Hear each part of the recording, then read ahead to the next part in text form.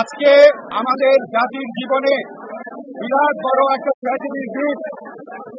এত বড় ট্র্যাজিক ঘটনা, বিয়োগান্ত ঘটনা আমাদের জাতির জীবনে আগে ঘটে নাই।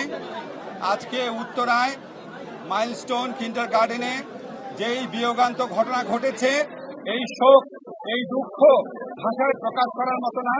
আমাদের গোটা সরকার, বাংলাদেশের মানুষ, ডাক্তার সমাজ সবাই শোকাহত। আপনারা দেখেছেন আমাদের 6 জন উপদেষ্টা আমরা এখানে এসেছি। আমাদের বাকি উপদেষ্টারা মাইলস্টোন স্কুলে গিয়েছেন, সিএমএইচ হসপিটালে গিয়েছেন। আমাদেরকে hospital authority national burn unit থেকে জানিয়েছেন ওনারা চিকিৎসার প্রয়োজনে যত রকম প্রস্তুতি দরকার সকল প্রস্তুতি সম্পন্ন করেছেন। তারপরে যদি প্রয়োজন হয় বিদেশ থেকে চিকিৎসক আনাবেন, যদি প্রয়োজন হয় বিদেশে আমাদের এই শিক্ষার্থীদের যারা বার্ন ইউনিটে আহত অবস্থায় আছে নিয়ে যাবেন।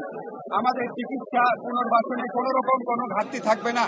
কিন্তু কোনো কিছুর বিনিময়েও আমরা আজকে যা হারিয়েছি সেটা শোক পূরণ করার মতো না। আমরা আগামীকাল রাষ্ট্রীয়ভাবে শোক দিবস ঘোষণা করা হয়েছে, পতাকা অর্ধনমিত থাকবে এবং আমাদের প্রধান উপদেষ্টা বারবার ফোন করে খবর নিচ্ছেন যারা আহত অবস্থায় আছেন, যারা সংকটাপন্ন অবস্থায় আছেন, তাদের পাশে আমরা সবাই এসে দাঁড়াবো। তাদের চিকিৎসার জন্য আমরা সমস্ত ব্যবস্থা গ্রহণ করব এবং এই বিয়োগান্ত ঘটনা, এই মর্মান্তিক দুর্ঘটনা কেন ঘটলো অবশ্যই আমরা তদন্ত করে দেখব। এই ব্যাপারে প্রয়োজনীয় যা ব্যবস্থা নেওয়া তা নিব। আমার এর চেয়ে বেশি কিছু বলার নাই।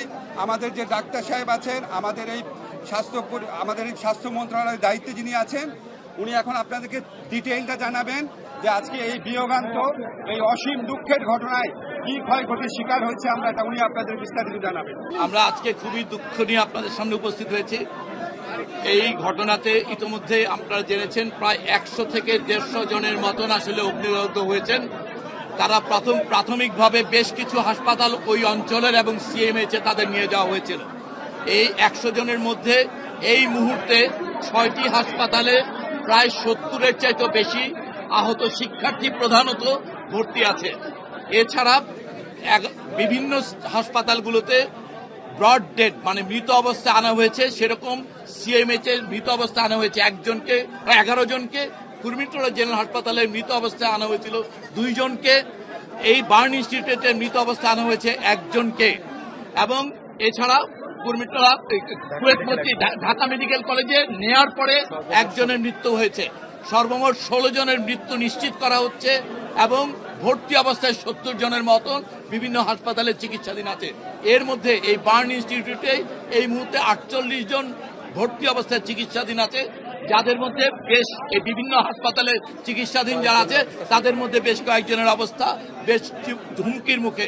ইতিমধ্যেই একজন পাইলট যিনি ছিলেন ওই বিমানের, ওনাকে সিএমএইচে নেওয়া হয়েছে, সেখানে ওনাকে আইসিইউতে উনি আছেন, ওনার জীবনও সংকটের মুখে।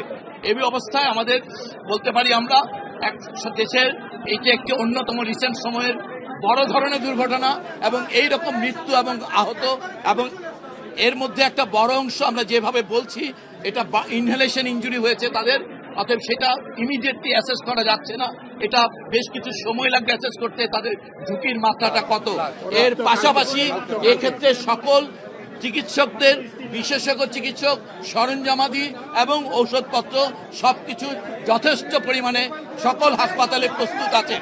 এছাড়াও আপনারা সবাই মনে করেন যে রক্তের প্রয়োজনীয়তা, কালকে সকাল 8টা থেকে এই হাসপাতালগুলোতে যারা রক্তদানে আগ্রহী তারা আসলে স্ক্রিন করে তাদের রক্ত নেওয়া হবে।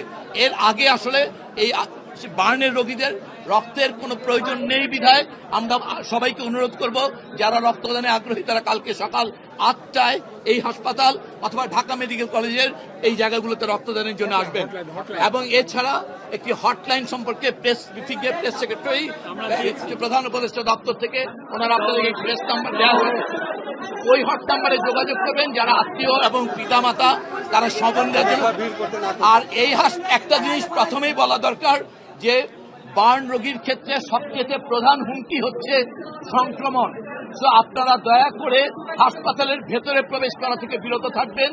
আমাদের এইখানে হেল্প ডেস্ক এবং আমরা একটা নাম্বার বলছি যে নাম্বারে 01949 043697। আমি আবার বলছি 019490439697 এই নম্বরে, অথবা এই বার্ন ইনস্টিটিউটের বাইরে হেল্প ডেস্কে সবাইকে সাহায্য করা হবে।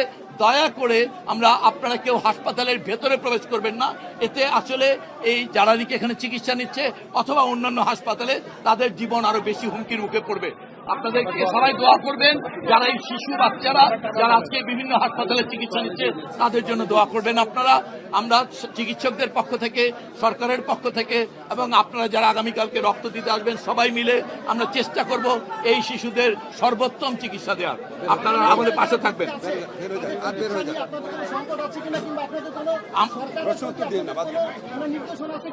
আমাদের প্রত্যেকের পেশায় বলা হচ্ছে যে আপনারা এই ইনস্টিটিউট সম্পর্কে জানেন, অন্যান্য হাসপাতালেও জানা হয়েছে।